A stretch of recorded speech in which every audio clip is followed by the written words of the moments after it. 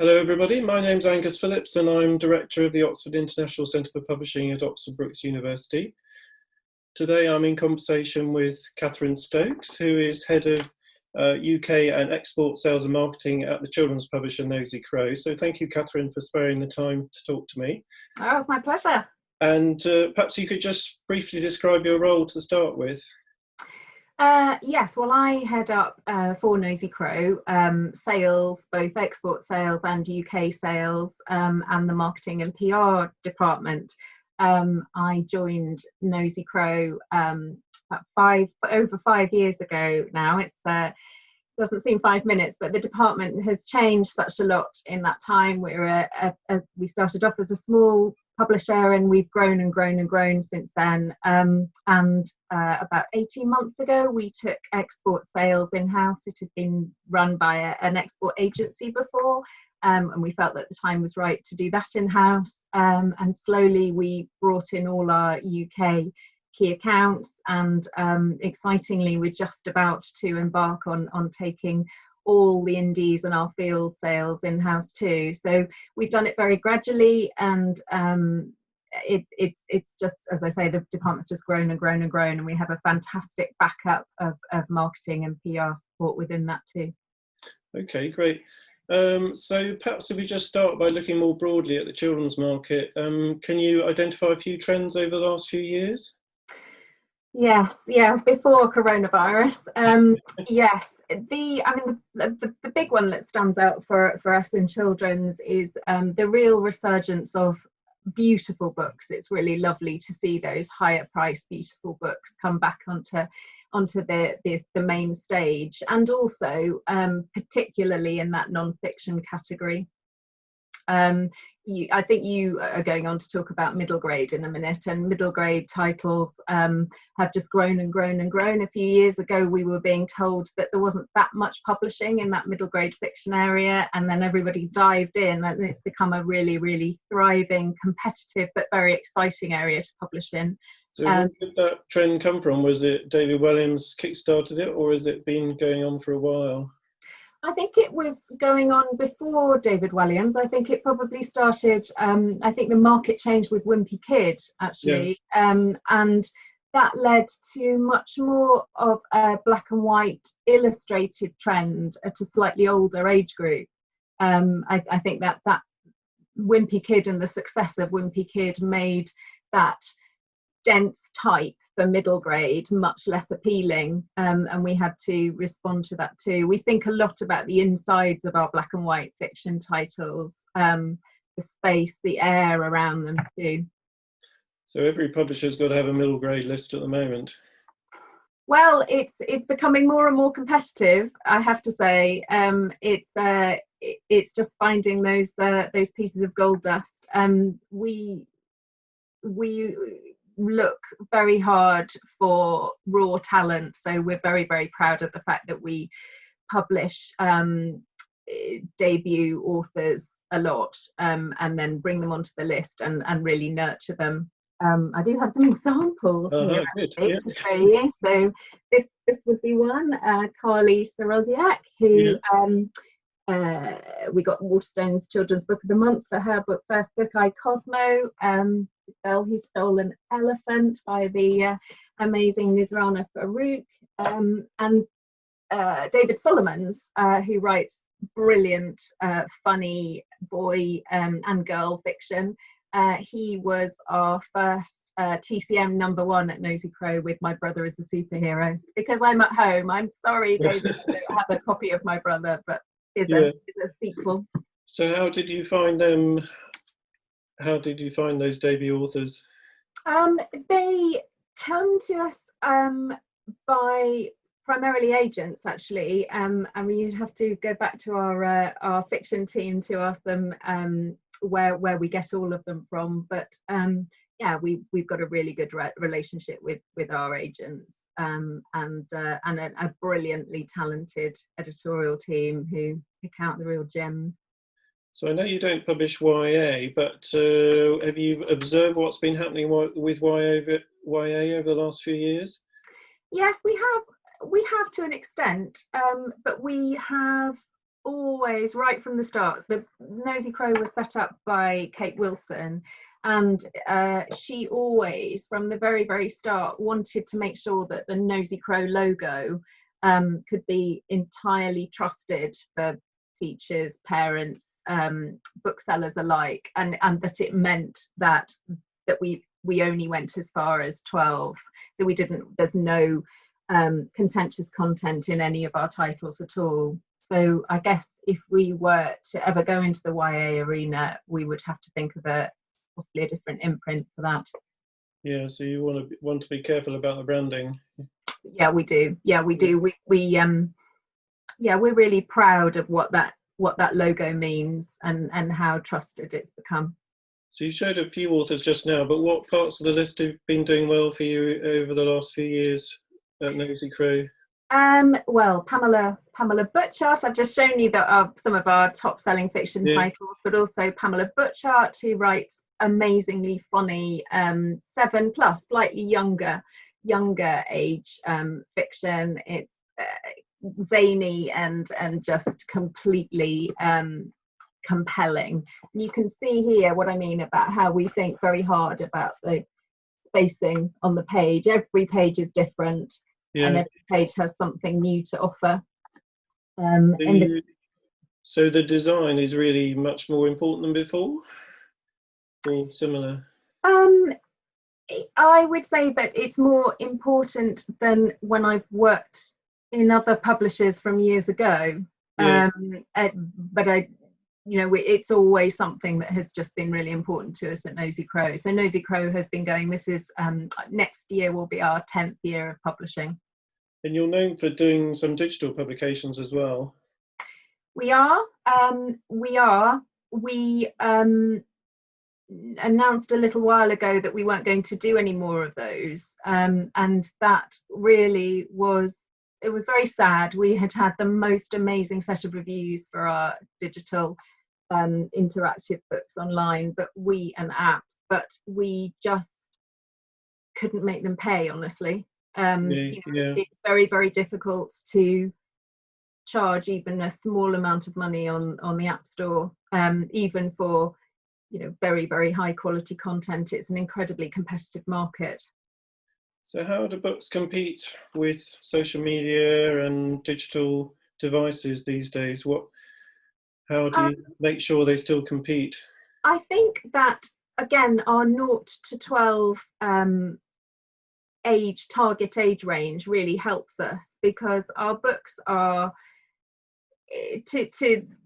certainly to middle grade fiction age group. They are bought by the parent, and children's books are still seen as really wholesome and important in their print form, and an important part of the household. But what we try and do is we make our books as interactive and interesting as possible. So I've talked about the fiction, so we're competing with the computer screen in as many ways as we can. So something like our Felt Flap series, they are beautifully designed, and they've got as many novelty factors as we can. Yeah, that looks amazing. That makes a difference. We do publish, of course, our ebooks are available too, and we've just started a program in lockdown of making all our picture books available as ebooks too. Oh right, so with a similar price to the print books. Yeah. And diversity is being a big issue in children's publishing. Is that something with your age group that you're really conscious about? Yeah, extremely so. We talk about it all the time, and have done for as many years as I've been at Nosy Crow. I think we think about it in 3 ways. We think about it from a content point of view, we think about it from a creation and a creator point of view, and we think about it from a staff point of view too. So the latest set of statistics that we provided, that the BA asked for in terms of data collection for diversity, we looked at our lists, and our picture book and preschool list, we've got 81% of new titles feature BAME characters, and in the 5 to 12 sector, 71% of our new titles. So we were really pleased with those statistics. We really felt that they were ones to be proud of. we just know that a third of primary school children are children of colour, and preschool and children are our absolute heartland. So there are many titles now that really go that extra mile. We've got two coming in 2021. Adam 2 is our first non-gender binary character in a middle grade fiction title. We've got Making a Baby, which is a completely inclusive book detailing how every family begins. Nizrana Farouk is our first own voice author, which I showed you earlier on. And then on the other side of things, if we're trying to encourage creators, we're one of the key sponsors of the Pathways programme, which is run in conjunction with the House of Illustration, and we provide pro bono help and money to encourage talented illustrators who wouldn't necessarily have thought of children's illustration as a way forward for them.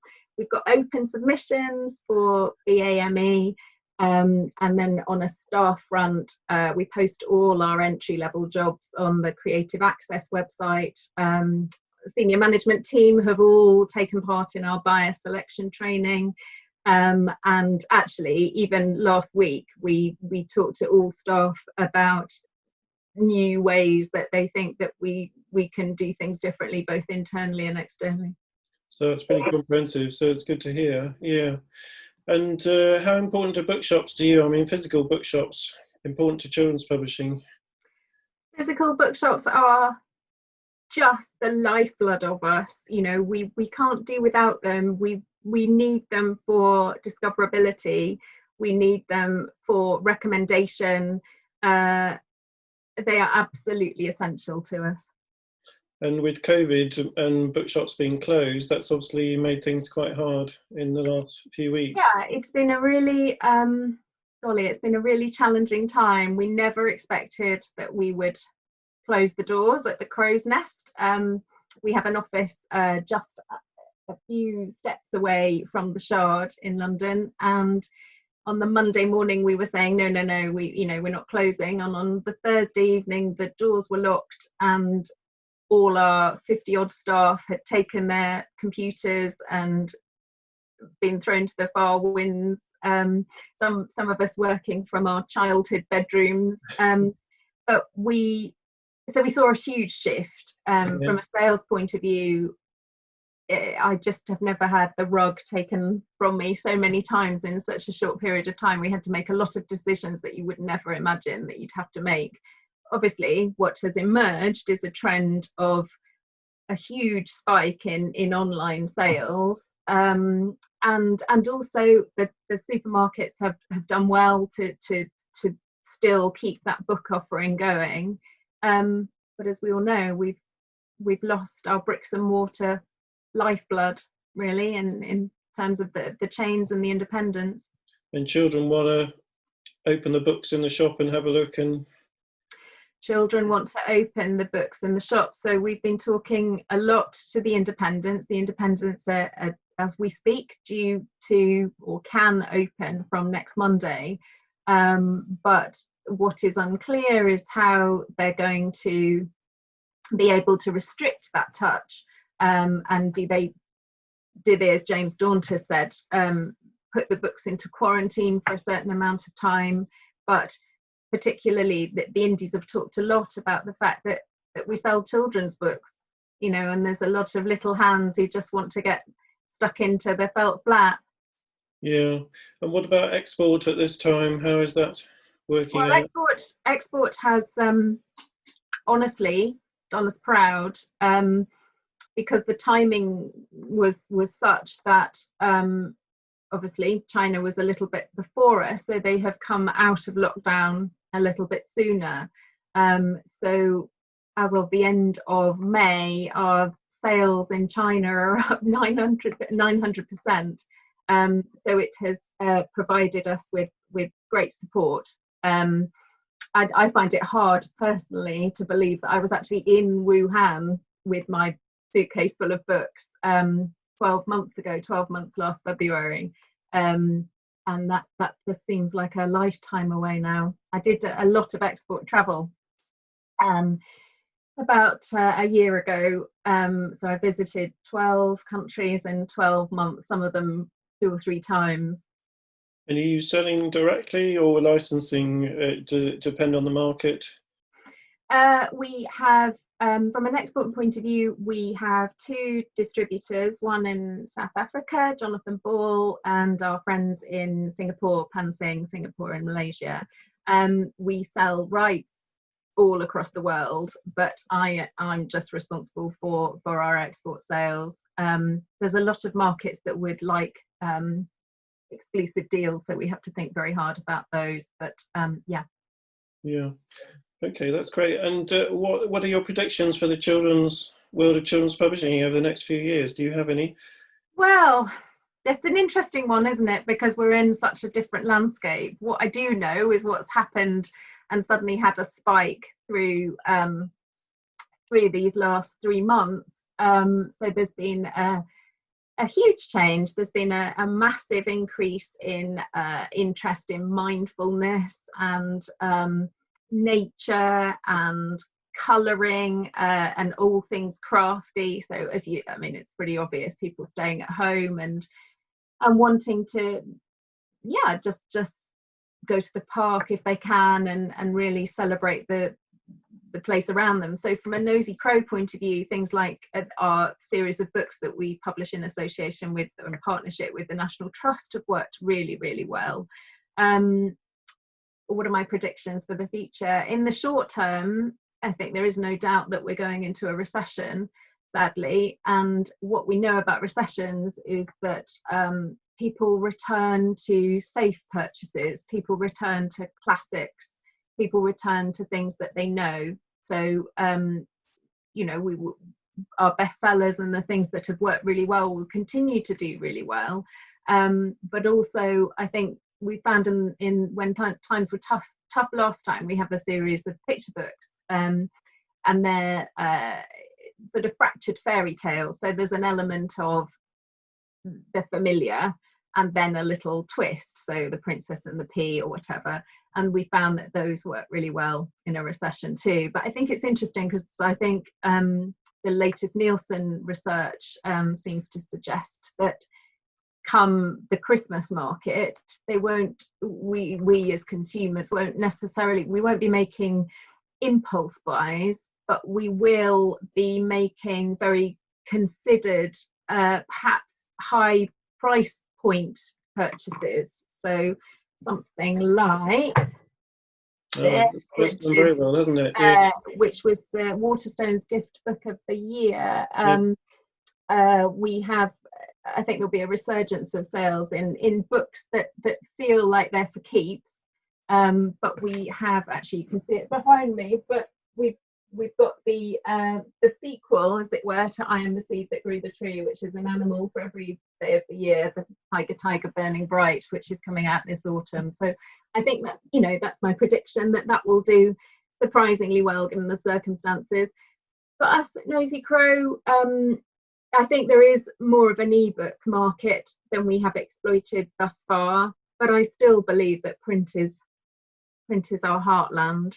And the rest of publishing has seen big growth in audio. Is that something relevant to your? Well, that's a really good question.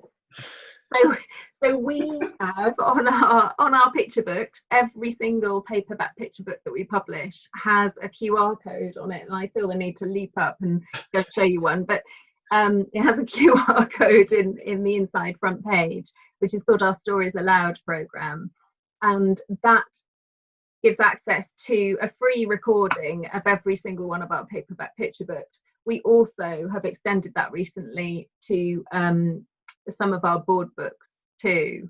So we give away our audio free, and we always have done right since the start of Nosy Crow. So it's a huge USP for us. Yeah, no, that's very interesting. We do, on the fiction side, we sell audio for our middle grade. Yeah. Okay, well, thank you so much for sparing the time, and thank you. That was really interesting. Thank you. It's a pleasure. Thank you. Bye-bye.